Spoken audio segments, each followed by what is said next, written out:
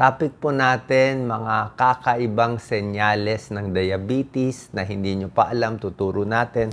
Alam nyo naman, diabetes, delikado to, di ba? Oras na may diabetes tayo, babantayan natin maraming komplikasyon. Pwede sa puso, pwede sa stroke, pwede sa paa, pwede sa mata, maraming komplikasyon. So ito yung mga kakaibang signs na hindi mo napapansin. Tulad ng mga ihi ng ihi sa gabi, pwede ba yan?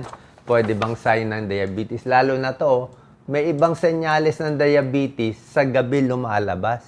Kaya hindi natin napapansin. Tingnan natin, ha? Tulad nito, number 1, ihi ng ihi sa gabi. Okay?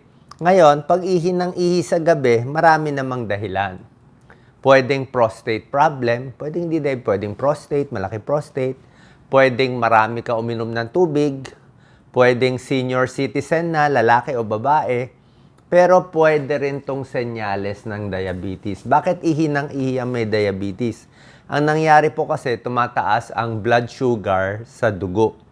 So, pag maraming glucose, maraming sugar sa dugo, ang gagawin ng katawan natin, ipipilit niya iihi itong extra sugar, extra glucose. So, pag pinipilit niya ihi ka ng ihi sa gabi. Okay, so isang possible sign niya ng diabetes. Kung hindi yung maiba na banggit ko, prostate, at iba ba. Number 2, ito, pinapawisan sa gabi. Pawis na pawis. Maraming dahilan ng pagpapapawis. Baka mainit yung panahon, pinapawisan ka. Pwede sa babae menopause, di ba? Pinapawisan. Mga hyperthyroid, pinapawisan din. Pero, isang possible cause ng pagpapawis sa gabi ay mababa ang blood sugar. Lalo na kung meron kayong maintenance sa diabetes, possible, natutulog ka, bumabagsak yung blood sugar mo, hypoglycemia, kaya pinapawisan ka. Okay, dapat i-adjust yung gamot, di ba? Kasi sa umaga, pwede mo check blood sugar, gabi, hindi mo ma-check eh. Di ba? Kung duda ka na baka mababa blood sugar, di kain ka konti, kain ka ng saging, o kain ka ng cracker o tinapay para tumaas-taas ang sugar. Number 3, signs sa gabi na possible sa diabetes, restless leg syndrome. Ibig sabihin, pag natutulog sa gabi, hindi nila mapigilan, galaw ng galaw yung paa. Parang kinukuryente ang paa.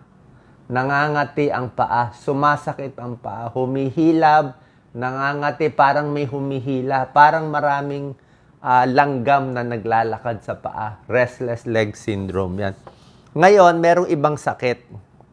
Isang ibang sakit sa nerves na nagkokos ng restless leg syndrome. Pero, possible din na diabetes. Yung mga diabetes na mataas yung blood sugar, nasisira yung nerves eh. So, pag yung nerves sa paa nasira, peripheral neuropathy yan. Diabetic peripheral neuropathy, pag nasira yung nerves, bukod sa manhid, mahina pakiramdam, pwede masugat, pwede ka rin magkaroon nitong restless leg syndrome. So, pa-check din ang blood sugar. Ito, mga kakaiba to lahat. Number 4, sleep apnea. Hilik ng hilik sa gabi. Tapos, pag hilik, biglang titigil ang hininga. Sa lakas ng hilik, tumitigil ang hininga. Yan, okay? Possible ba yan sa diabetes? Tama po, possible. Una-una, pag diabetic kasi, usually overweight sila. So, pag diabetic, overweight, mataba sila, mataba dito sa leeg, pwede sila umabot dito sa snoring at sleep apnea. Pero, possible din na wala kayong diabetes. Wala kayong diabetes. Ang problem nyo lang, ito, paghilik at sleep apnea, nagbabara lang yung lalamunan. Pwedeng malaki leeg o makapal yung mga laman dito sa lalamunan natin. Ngayon, pag nag-umpisa ka sa sleep apnea, pwede rin magdulot ng diabetes. Paano mangyayari yon? Sleep apnea, ibig sabihin, kulang ka sa oxygen. Kulang sa oxygen katawan mo, dadami carbon dioxide, mahihirapan yung katawan. Pag nahirapan yung katawan, magkakaroon na ng insulin resistance, hindi na gagana yung insulin, tataas na yung blood sugar mo. Pag tumaas, so pwedeng yan ang umpisa, hilik ng hilik, overweight, magdudulot ng diabetes. Tapos yung diabetes, lalo ka mag-overweight, lalong lalala to. So, papacheck tayo sa pulmonologist. Kailangan magpapayat. Merong mga technique, pwedeng side ang tulog o yung iba nilalagyan ng CPAP machine. Yung machine na para makatulong sa kanila sa paghinga. Number 5, ito. Ito, madaling araw. Ito, okay blood sugar niya. 2 a.m. Ito, dilat siya. Nighttime hypoglycemia. Sobrang gutom, sobrang nginig sa gabi. Kasi nga, pag natutulog tayo, pwedeng bumaba ang blood sugar. Ano ang low blood sugar? Less than 70. Minsan, pag tulog, bababa pa ng less than 55. Di ba? Mamaya, makomatose pa. Pag umaga, bumaba ang blood sugar, alam mo yun, di ba? Inom ka ng Coke, ng soft drinks, di ba? Tapos pa-check mo blood sugar mo. Pero, pag sa gabi nangyari, hindi mo mamamalayan eh. Yan ang problem. Di ba? So, pwede ka kumain something para malaman mo. Pwede mo i-adjust yung gamot mo. Hindi kasi ito napapansin. So, possible, kung may gamot ka sa diabetes, i-adjust. Or yung kain mo. Baka masyado maaga kain mo. Like ako, kain ko alas 6 ng gabi. Di ba? Baka gugutumin na. So, pwedeng kain ka maaga. Pag mga 8 o'clock, meron kang konting extra kain, kahit maliit na tinapay, para hindi ka gugutumin sa gabi. Yan o. Nighttime. Ito. Ayon sa isang pag-aaral, yung pagbagsak ng blood sugar, 50% nangyayari sa gabi. So, common to. Common to.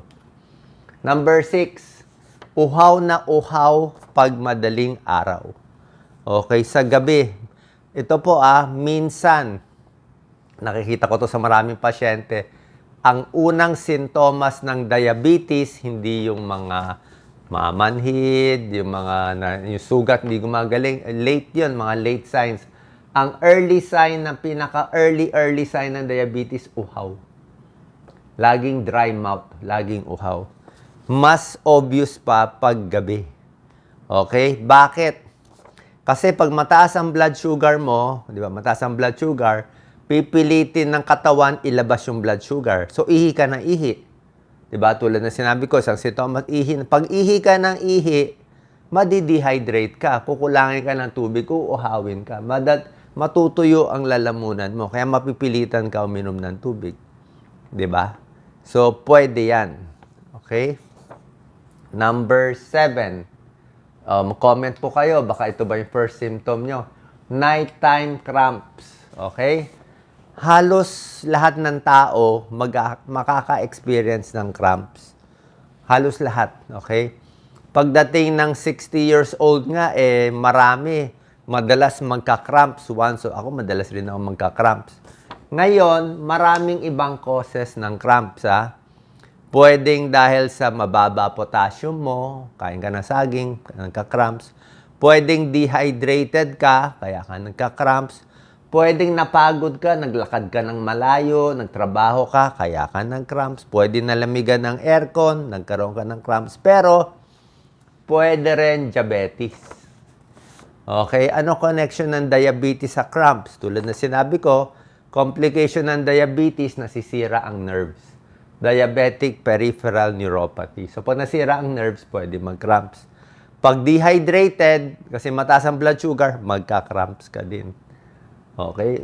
So, yung diabetic na madalas mag-cramps, usually maraming sintomas, masakit, manhid, nangingimay ang paa. So, pa-check din ang blood sugar.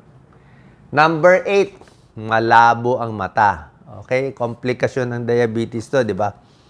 Pwedeng diabetic retinopathy, yung blood vessel, nabubulag. Yan ang payo sa akin ng mga ophthalmologist kong kaibigan. Sabi niya, Doc Willie, turuan mo yung kababayan natin, i-check ang mata kung may diabetes. Kasi kadalasan, yung mata ang pinapabayaan, marami nabubulag dahil sa diabetes. Tapos, ang sintomas nito, kadalasan sa gabi. Kasi gabi madilim eh. Di ba? Madilim sa gabi. Kaya parang lalong hindi ka makakakita. Blurred night vision. Pag sa umaga, maaraw, tingin mo nakakakita ka naman. Pero pag gabi, doon lumalabas yung walang ilaw sa gabi, doon parang lumalabo ang mata, hindi ka makakita ng kulay, parang may floater pa, parang may lumulutang-lutang, i-control ang blood sugar, pa-check sa ophthalmologist. So, yan ang 8 nighttime signs ng diabetes na kakaiba. Pakita ko lang sa inyo mga tips. Normal blood sugar, 70 to 100. Okay? Pag ang blood sugar nyo, 101 to 125 milligrams per DL, mild diabetes na yan. Papunta na sa diabetes. Pag 125 pataas, diabetes na yan. Okay? Paano iiwas? Siyempre, pagkain, exercise, gamot, at blood test. Yung apat talaga. Pagkain, aayusin, exercise para bumaba blood sugar, gamot kung kailangan, at magpapacheck ng blood sugar para malaman ito. Gusto mo bumaba? Galaw-galaw. Ito yung mga usual symptoms. Sinabi ko na sa inyo, yung mga sugat na hindi gumagaling, vaginal infection, laging nauuhaw, hindi na makipagtalik, mahina na yung pagtatalik, pero medyo late na yan, namamanhid, namamayat, laging pagod. Pero yung pinakita ko sa inyo, mas kakaiba. Maraming komplikasyon ng diabetes. Pwede ma-stroke, masira ipin, masira nerves, ma-heart attack, mata mabulag, pati glaucoma, at ito pinakadelikado pa, kidney failure at dialysis. Okay, para makaiwas sa komplikasyon, dapat chinecheck lagi ang paa. Okay, bawal magpaa gabi-gabi. Pag may sugat, kailangan gagamutin na kasi pwedeng maputol ang paa. Pag may nakita ko sa barangay na putol ang paa, 99% diabetic na yan. Okay? Magandang sapatos, kailangan. Sa mata, yan, no? Normal retina, yun, no? Diabetic retinopathy. Oh. Ang nangyayari, nagkakadugo-dugo. Yan, no? Nagkakadugo-dugo. Nagkakaroon ng mga bagong ugat yung mata. At pag nagkaroon ng mga bagong ugat, nangyayari, parang hinihila niya yung retina. Parang hinihila niya, dumadami yung ugat. Pag dumami yung ugat, yung papel, parang nakukuluntoy siya. So, minsan nagre-retinal detachment. So, kailangan pa-check ang mata, lahat ng diabetes. Sayang din yung mata. Mahalaga po to. Okay? Pati ipin, importante. Oras na masira na yung ipin, kasi nga, mataas blood sugar, mabilis magka-infection. Gum disease. So, tamang pagkain, yung mga matatamis, di ba? Maalat, matataba, bawas talaga sa pagkain. Dapat talaga yung pagkain nyo, pare-pareho ang dami, lalo na kuminom kayo ng gamot. Bawas stress, exercise. Pag may sakit, tumataas ang blood sugar. May binabantayan. Stress and diabetes, malaking connection. Mas stress yung tao, mas... Ito, picture lang, oh, timbang. Minsan kailangan ng insulin treatment, rubber shoes. Check ang blood pressure, check ang puso, check ang mata. May mga gamot na binibigay. Okay, baka may nakita kayong fake news na maraming mga fake news Marami nagbebenta ng gamot. Pero ako, huwag kayong maniniwala sa fake news. Sinasabi ko sa inyo, harapan tayo na okay ang metformin. Okay, maganda, pwede ibigay, pwede inumin, walang delikado. Marami nagpe-fake news, sinasabi ko daw walang metformin, masama. Kalokohan po yun, nagbebenta yun ng ibang gamot. So okay ang metformin, binibigay natin. Itong mga sulfonylurea, kung ano sinabi ng endocrinologist nyo, yun din sasabihin ko. Dito lang kayo maniwala sa page natin, ha? Marami ng kalokohan ngayon sa social media, marami ng AI na kung sino-sinong iniimbento na fake news, sa health fake news, sa entertainment, maraming fake news, sa politika, maraming fake news. So, hindi talaga maiwasan to. Grabe na yung fake news ng social media.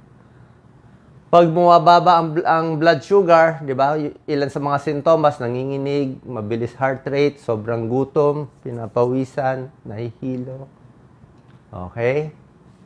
Tapos, anong reason minsan lumalala ang diabetes, hindi na inom ang gamot, sobrang alak, at ibang mga problem. Diabetes and mental health, importante din. Mas stress tayo. Meron tinatawag na diabetes distress. Pag diabetic, usually stress. May denial sa sakit, loneliness, walang motivation, frustrated, at takot sa sakit. Sundin nyo lang po to. Punta kayo sa endocrinologist nyo pag nakita mataas ang blood sugar. Salamat po.